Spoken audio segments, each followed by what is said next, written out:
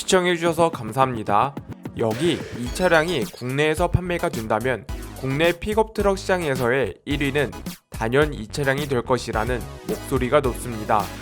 쌍용차의 렉스턴과 렉스턴 스포츠카뿐만 아니라 쉐보레 콜로라도, 지프 글래디에이터, 포드 레인저까지 국내에서 판매 중인 픽업 트럭과는 전혀 다른 도시명 픽업 트럭인 이 차량은 미국 시간 기준 4월 15일에 공개가 될 예정이라고 알려져 있습니다. 공식적으로는 국내에는 출시하지 않겠지만 해외뿐만 아니라 국내에서도 많은 관심을 가지고 있는 현대자동차의 도시명 픽업 트럭 산타크루즈에 대해서 알아보는 시간을 준비해봤습니다. 영상을 시청하시기 전에 구독과 좋아요 그리고 알람 설정까지 꾹 눌러주시면 감사하겠습니다.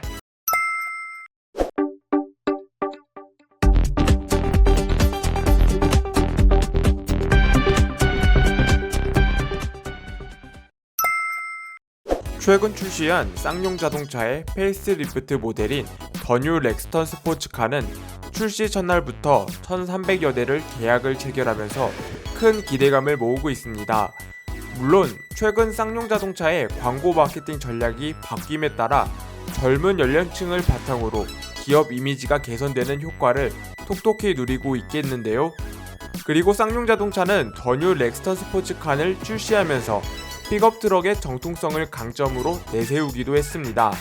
정통 픽업 트럭의 터프하고도 역동적인 스타일을 연출한 것과 픽업 트럭의 강인함을 위한 프레임 바디 적용을 통해 정통성을 강조하고 있습니다.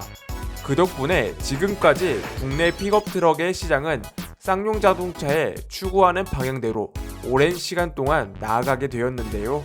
픽업 트럭 시장의 성장 또한 물론 제한적일 수밖에 없었습니다. 하지만 오늘날의 픽업 트럭 시장의 분위기는 사뭇 다릅니다. 쌍용자동차의 독주로만 여겨졌던 국내 픽업 트럭 시장에 수입 자동차들의 잇따른 신차를 선보이며 젊은 세대를 중심으로 레저, 오프로드, 차박 등 다양한 라이프 생활을 강조하며 픽업 트럭 시장을 공략하고 있습니다. 이렇게 수많은 수입 자동차들이 국내 픽업 시장을 공략하는 데에는 나름 이유가 있는 것으로 보이는데요.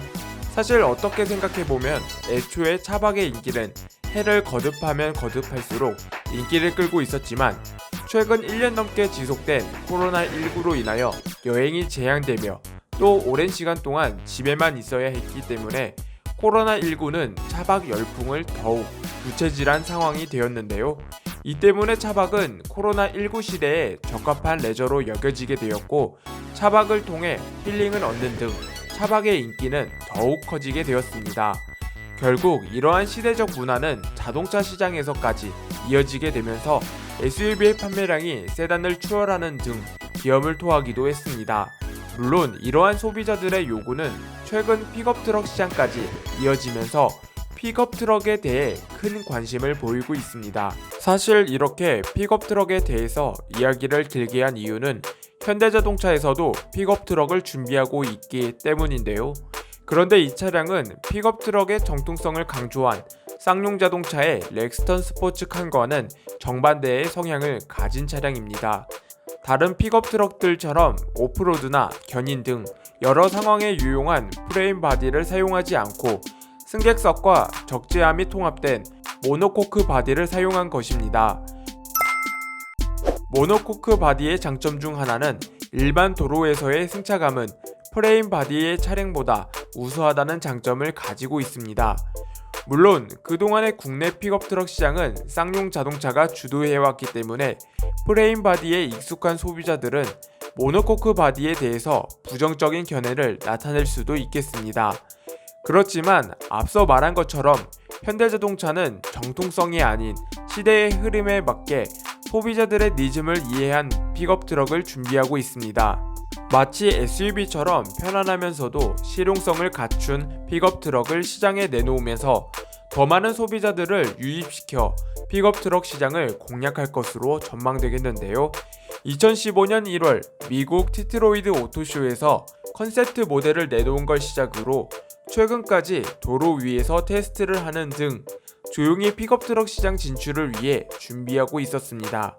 최근 4월에는 현대자동차의 픽업 트럭 티저 이미지가 공개가 되면서 3세대 투싼과는 비슷했던 컨셉트카와는 달리 4세대 투싼과 비슷한 느낌의 양산형 모습을 볼 수 있겠는데요. 실제 테스트 차량을 살펴보면 위장막에 가려져 정확히 확인은 어렵지만 그릴 형태를 제외하고는 4세대 투싼과는 조금 동떨어져 있는 디자인이라고 생각이 됩니다. 그리고 후면부를 살펴보면 미국 시장을 겨냥한 차량답게 마치 토로의 방치를 연상케 하는 테일램프는 픽업 트럭으로서의 강인함을 상징하는 요소라고 생각이 됩니다. 다만 별도의 방향지시 등 없이 테일램프에서 방향지시 등 역할까지 함께 할 것으로 생각이 됩니다. 그리고 어떤 차량인지 쉽게 알릴 수 있는 차량 이니셜이 적용된 트렁크 공간과 트렁크 개폐 손잡이에는 현대자동차 이니셜과 함께 후방 카메라가 위치했음을 알 수 있겠는데요. 실제 트렁크 적재 공간을 살펴보면 트렁크 공간이 위아래로 나뉜 모습을 볼 수 있겠습니다. 이렇게 위아래로 나뉜 것에 대해서는 아직 정확히는 알 수 없겠지만 또 다른 공간이 존재할 가능성도 배제할 수는 없겠습니다. 그렇다면 이 차량의 후진등은 어디에 위치해 있을지 여러분은 혹시 아시나요? 정확한 위치는 위장막에 가려져 공개할 수는 없겠지만 차량 번호판 아래에 위치한 발판을 중심으로 좌우측에 후방 리플렉터와 후진등이 함께 위치해 있겠습니다. 그리고 이 차량은 국내 출시가 목표가 아닌 미국에서 양산이 될 차량이기 때문에 수출형 리플렉터가 위장막 사이로 노출된 모습까지 확인할 수 있겠는데요. 게다가 실내를 살펴보면 더욱더 국내 판매가 아닌 해외 시장을 겨냥한 차량임을 알 수 있었습니다. 실내를 살펴보면 단조로운 도어 트림과 함께 신형 투싼과 유사한 도어 가니쉬를 살펴볼 수 있겠는데요. 물론 이 차량 같은 경우 핸들 디자인 또한 신형 투싼과 유사한 모습을 하고 있다는 걸 어느 정도 예상할 수는 있었습니다. 그렇지만 무엇보다도 이 차량의 썬루프 디자인을 살펴볼 필요가 있겠는데요. 국내 판매를 목표로 만든 차량이었다면 전동식으로 썬루프가 장착이 되었을 텐데 이 차량 같은 경우 미국 시장에 있는 픽업 트럭들과 마찬가지로 차량의 천장 부분을 손으로 열고 닫아야 하는 디자인으로 제작이 되었다는 것입니다. 그만큼 미국 자동차 시장을 겨냥한 차량임을 입증하는 뚜렷한 근거가 아닐까 생각됩니다. 그런데 이 차량을 유심히 살펴보던 중 한 가지 흥미로운 기능을 가진 버튼을 포착하게 되었습니다. 이 버튼을 유심히 살펴본 결과 저는 이 차량 뒤에 있는 적재 공간을 환하게 밝혀줄 수 있는 기능을 가진 버튼이라고 생각을 했습니다. 단순히 생각해보면 세단과 SUV 모두 트렁크 공간에도 환하게 밝혀줄 수 있는 전등이 들어가는데 픽업 트럭에는 이러한 기능이 없는 그저 단순한 공간적 역할로만 사용이 되었던 것 같은데요. 더 나아가 현대자동차는 픽업 트럭의 적재 공간보다 다양하게 사용할 수 있도록 준비한 것으로 생각이 됩니다.